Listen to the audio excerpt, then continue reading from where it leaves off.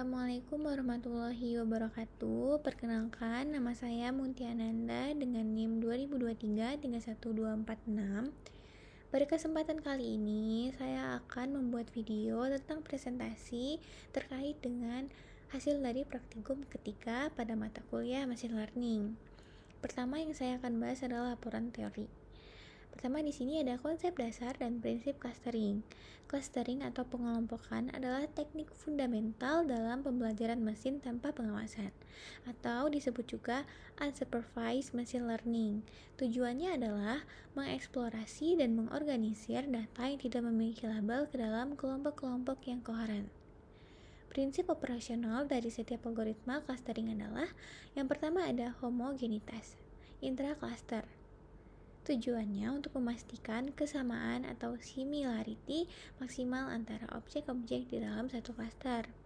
Kedua, ada heterogenitas, intercluster, memastikan ketidakserupaan atau dissimilarity maksimal antara objek-objek dari klaster yang berbeda. Dua paradigma utama yang akan dibahas adalah K-means clustering atau berbasis partisi dan agglomerative clustering atau berbasis hierarki. Pertama yang kita akan bahas adalah K-means clustering atau pendekatan partisi. K-means adalah algoritma clustering yang paling populer, beroperasi dengan membagi dataset menjadi kelompok yang berbeda secara eksklusif. Mekanisme operasional dan fungsi tujuan. K-means adalah algoritma iteratif yang mencari konfigurasi klaster yang meminimalkan jumlah kuadrat jarak dalam klaster, atau disebut juga within cluster sum of squares. WCSS berfungsi sebagai fungsi objektif yang mengukur kekompakan klaster. Pertama, ada pendekatan partisi keras. Jumlah klaster K harus ditentukan terlebih dahulu. Setiap titik data ditetapkan secara definitif hanya ke satu klaster. Kedua, ada proses iterasi layout atau M-type. Algoritma mengikuti siklus perbaikan dua langkah hingga konvergensi. Langkah penugasan assignment step. Setiap titik data ditugaskan ke sentroid atau pusat klaster terdekat yang diukur menggunakan metrik jarak. Umumnya jaraknya Euclidean. Yang kedua adalah langkah pembaruan atau update step. Sentroid dihitung ulang sebagai rata-rata aritmatika atau mean dari semua titik data yang ditugaskan ke klaster tersebut. Selanjutnya kita akan masuk ke keunggulan dan keterbatasan K-means. Pertama, keunggulan mendalam. Efisiensi dan skalabilitas. K-means memiliki kompleksitas waktu linear terhadap ukuran dataset, menjadikannya sangat efisien untuk dataset yang besar. Yang kedua ada implementasi sederhana. Konsep dan implementasinya mudah dipahami dan relatif tidak memerlukan sumber daya komputasi yang besar. Yang ketiga ada jaminan konvergensi. Algoritma ini dijamin akan konvergen, meskipun konvergensinya seringkali menuju optimum lokal. Selanjutnya kita akan masuk ke keterbatasan krusial. Pertama ada sensitivitas inisialisasi, yaitu hasil akhir sangat rentan terhadap pemilihan key centroid awal. Inisialisasi yang buruk dapat mengakibatkan hasil klaster yang tidak optimal. Yang kedua ada wajib menentukan K. Parameter jumlah klaster K harus ditentukan oleh pengguna di awal, yang seringkali menjadi tantangan karena nilai optimal K tidak diketahui sebelumnya. Yang ketiga ada kerentanan terhadap outlier. Pengguna rata-rata untuk menghitung sentroid membuat K-means sangat sensitif terhadap titik pencilan atau outliers yang dapat mendistorsi batas klaster. Yang terakhir ada asumsi bentuk klaster konveks. Secara inherent, K-means berasumsi bahwa klaster berbentuk bulat atau globabular dan berukuran serupa, sehingga tidak efektif untuk mengelompokkan klaster dengan bentuk yang kompleks, misalnya berbentuk cincin atau spiral. Selanjutnya kita akan masuk ke pembahasan agglomerative clustering atau hierarchical clustering.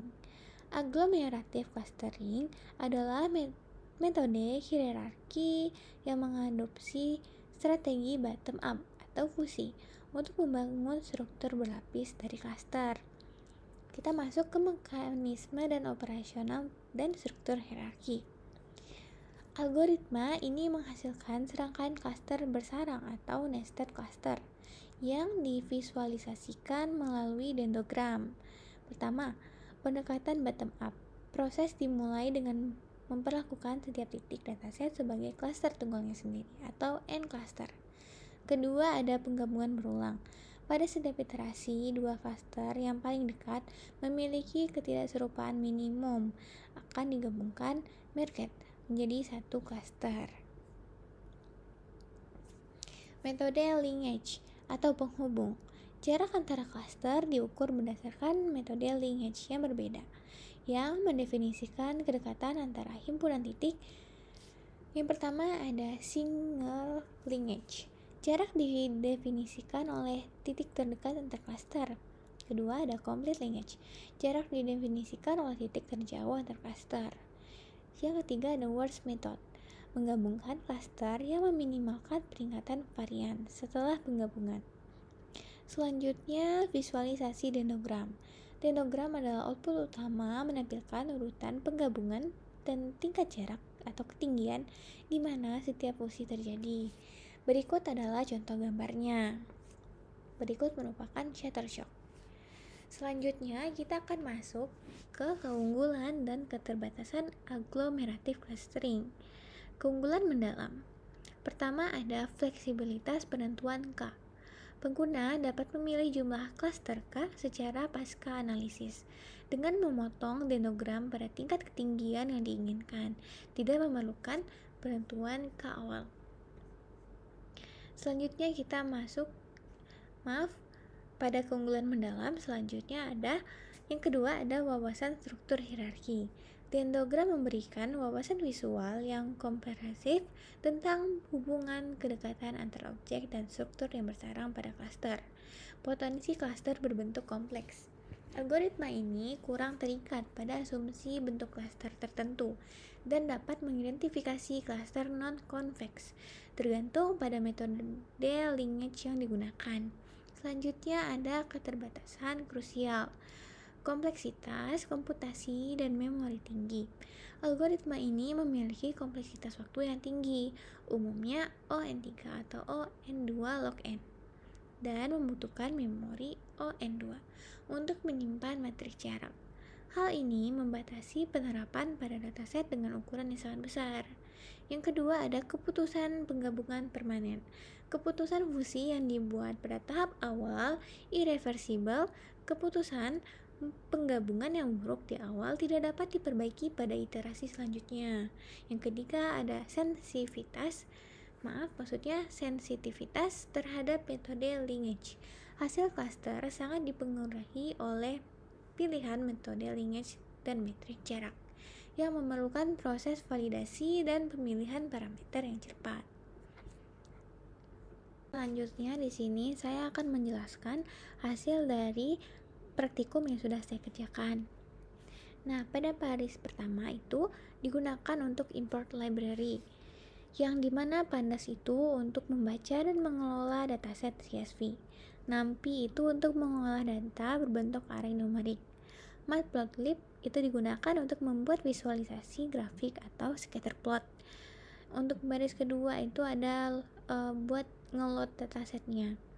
Di sini saya menggunakan dataset bernama 2022 with country code CSV. Nah, di sini udah ke load datasetnya, sudah ditampilkan. Di dalam datasetnya itu ada country, region, happiness rank, happiness score, economy, family, health, freedom, generosity, trust, dystopia, dan code.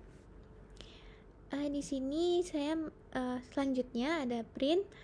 Di sini tuh buat ngelihat di dalam dataset ini tuh ada kolom apa aja gitu, biar nanti di sini kita nggak salah atau typo. Di sini saya menggunakan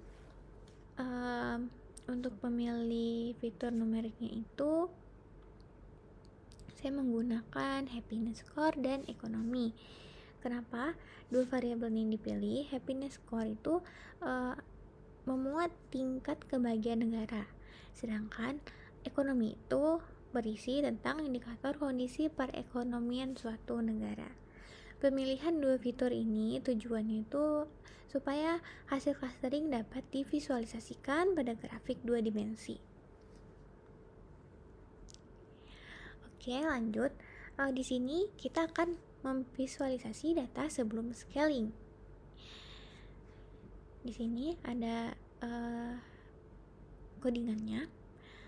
Penjelasannya adalah untuk menampilkan scatter plot awal untuk melihat pola persebaran data negara, hubungan kasar antara ekonomi dan kebahagiaan. Bisa terlihat di sini, sebaran data masih belum memiliki klaster yang jelas karena skala variabel yang masih berbeda. Selanjutnya kita masuk ke standarisasi data. Sini. Standard scalar menormalkan data sehingga min sama dengan 0 dan standar deviasi sama dengan 1.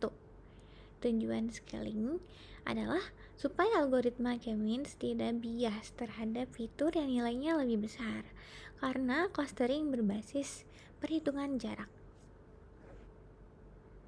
Selanjutnya kita masuk ke visualisasi data yang setelah scaling. Di sini menampilkan persebaran data setelah dinormalisasi. Jadi hasilnya data menjadi lebih simetris, pola cluster mulai terlihat lebih jelas. Semua fitur berada pada skala yang setara. Oke, kita lanjut ke proses cluster K-means di sini. Penjelasannya di sini adalah menggunakan algoritma K-means dengan 3 cluster. Random state sama dengan 0 untuk memastikan hasil yang konsisten. Model kemudian menentukan centroid awal secara acak, mengelompokkan data berdasar jarak yang terdekat, dan mengoptimasi posisi centroid secara iteratif. Selanjutnya kita akan mengambil titik centroid di sini. Centers menyimpan koordinat pusat cluster. Karena jumlah cluster sama dengan 3, maka center sama dengan C0, C1, dan C2.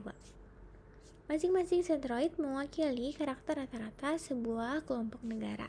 Kita akan menampilkan atau memvisualisasi hasil clustering. Nah, di sini menampilkan semua data negara pada scatter plot. Warna titik menunjukkan cluster tiap negara. Nah, di sini tuh ada beberapa warna. Bisa dilihat untuk warna ungu atau hitam gelap itu label 0, dan hijau itu untuk label 1, dan warna kuning itu untuk label 2.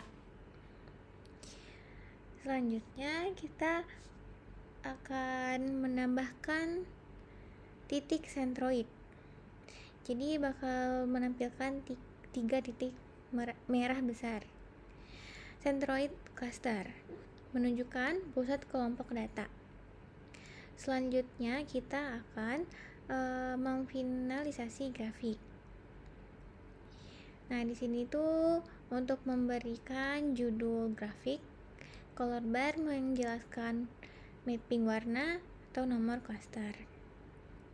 Nah, hasilnya terlihat data udah kebagi kan menjadi 3 kelompok titik merah menunjukkan pusat klasternya. Untuk interpretasi hasil klasternya, di sini bisa dilihat kalau klaster yang warna ungu gelap atau mendekati hitam ini berlabel 0 terlihat banyak terkontraksi di sekitar pusat grafik, cenderung nilai ekonomi menengah dan happiness menengah. Bisa disebut juga dengan kelompok negara dengan kategori menengah. Terus yang kedua ini ada klaster yang warna hijau atau label 1. Titiknya tersebar lebih linear ke arah kanan atas. Memiliki nilai happiness tinggi dan ekonomi yang cukup kuat. Ini bisa kita sebut sebagai negara dengan kesejahteraan yang tinggi. Selanjutnya yang terakhir ada klaster yang berwarna kuning atau label 2. Titiknya itu tersebar di bagian kiri ke bawah grafik. Nilai ekonomi rendah dan happiness rendah. Kelompok ini termasuk negara rentan. Oke, dengan itu sudah bisa kita simpulkan dari data yang kita dapat, kita bisa mengelompokkan atau mengklaster kesejahteraan atau kebahagiaan di setiap negara. Sekian hasil dari video presentasi saya. Jika ada salah dan kurangnya, saya mohon maaf. Assalamualaikum warahmatullahi wabarakatuh.